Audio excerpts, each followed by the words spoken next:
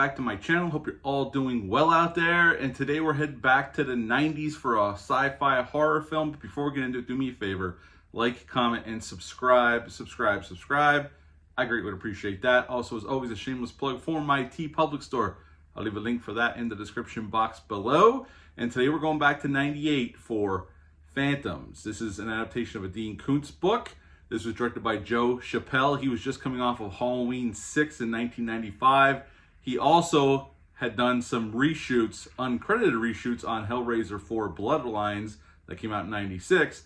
And this was his next film. This came out January 23rd. I saw it that opening night, that Friday night when it came out in 1998. It's rated R. It's an hour and 36 minutes long. Had a budget of $14 to $16 million. And upon release, it made a little over $5 million. Now, in this film, we do have a nice cast here. We got Ben Affleck playing the sheriff in this little town called Snowfield, Colorado. Liev Schreiber plays his deputy. We got Joanna Goings plays Jennifer. She's a doctor in this small town. Her sister is played by Rose McGowan. And Peter O'Toole plays Dr. Flight, who plays a pretty big role in this film. He's not in the movie a lot in terms of, but his character is very important to the plot of what's going on. He's pretty much our exposition man. He knows what's going on. So he's very important to the plot. Now, I have read the book to this. I will say up front before we get into this review. I didn't read it until after I saw the film. And then I went and purchased it and read it. This is back when I had time to read a lot. And I read this book. It's a pretty good book. If you like to read and you're into horror stuff, check it out. It's a pretty damn good book. It's a pretty quick read as well.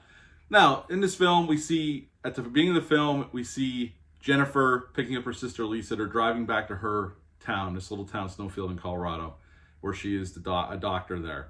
And when they get back to town, they find her housekeeper dead in the kitchen, and the town is deserted. There's nobody around. They find a couple more dead bodies at this bakery that Jennifer knows the people who own it. And then finally they go to the police station, find the chief of police dead on the floor, and that's when we meet the sheriff played by Ben Affleck, a very young Ben Affleck. This is right around the time he did Good Will Hunting.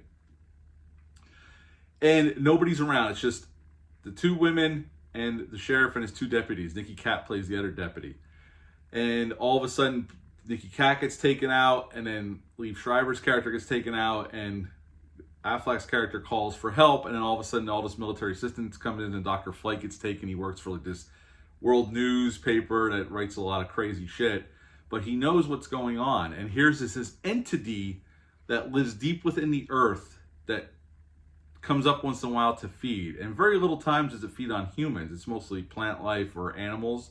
But throughout history, the Mayans, Roanoke, different events where just whole civilizations just disappeared overnight. And we kind of tie that into this film. And here, these creatures come up from the depths of Earth, this oil-based creature, and take people. And for the first half hour, this movie is pretty faithful to the book. It's after the half hour mark where they deviate from it. It doesn't mean I don't like this movie, because I've always kind of had a soft spot for this movie ever since I saw it back in 98. I've owned this on VHS, I've owned it on DVD, and now I have this 4K from Scream Factory that looks pretty good. Now, this was not a big hit when it came out. Now, eventually, Dr. Flight helps Ben Affleck's character and then the ladies defeat this threat. Although we do get a stinger at the end where Liev Schreiber's character was taken over by these things, and we see him at the end sitting in this bar, and he makes his little quip, and then it goes to black, trying to set up a sequel that never happened. This movie didn't make that much money. But I've always had a soft spot for this movie. And again, I wasn't familiar with the source material until I read the book after I've seen the movie. And like I said, the first 30 minutes is pretty faithful. I'm not saying exact, but it's pretty faithful. It's later on it kind of goes in different directions that aren't in the book. But overall, I think the movie's well acted. It has a pretty damn good cast here, although it's hard to buy Ben Affleck. He looks so young here as a sheriff.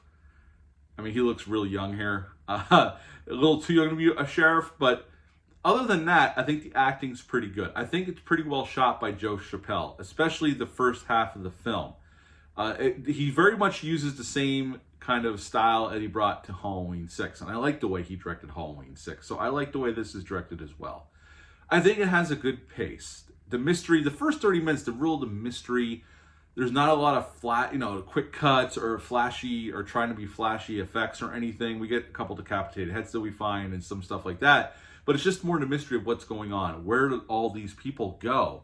And I think the first 30 minutes are the strongest of the film. It doesn't mean I don't like what comes later, even though it's more flashy, definitely more 90s, definitely more studio mandated, which we'll talk about in a second. But overall, I mean, it does get more militaristic, like the military comes in, there's some gunfire, there's explosions, there's more monster action, more CGI. They try to quick cut around the fact that they can't afford really good CGI. Mind you, this was 98, so CGI wasn't what it is now. So those moments, there's practical effects here too that look great. This stuff that was done with CGI does not hold up under 4K scrutiny. Now, like I said, they do try to quick cut around it, so it's not on screen very long to stare at to show that it looks like crap. But still, when you do see it, you could tell, oh yeah, that's not very good 90s CGI. The mystery of it, the way they explain it with the flatworm theory, I think is very interesting.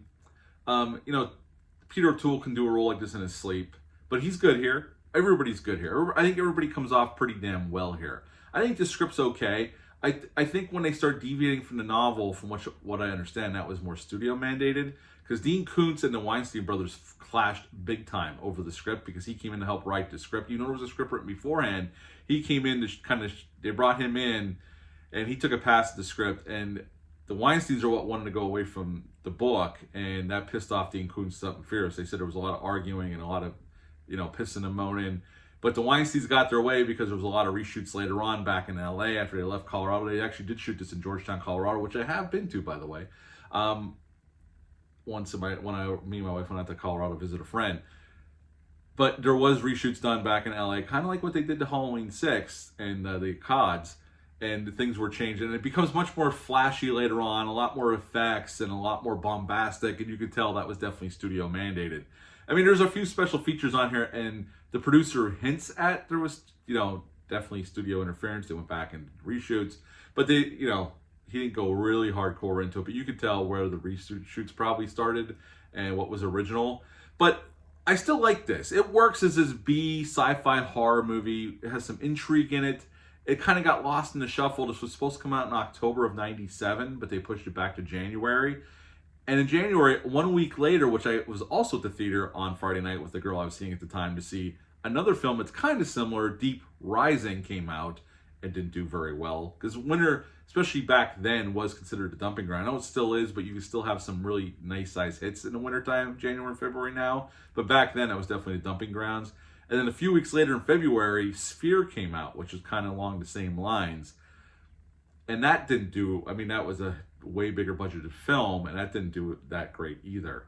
So 3 movies kind of dealing with kind of the same territory, and all 3 didn't do that well.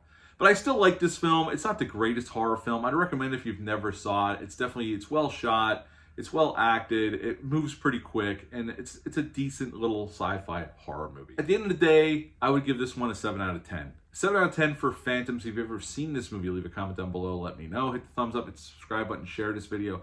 I greatly appreciate that. That is it for this one. Until next time, bye.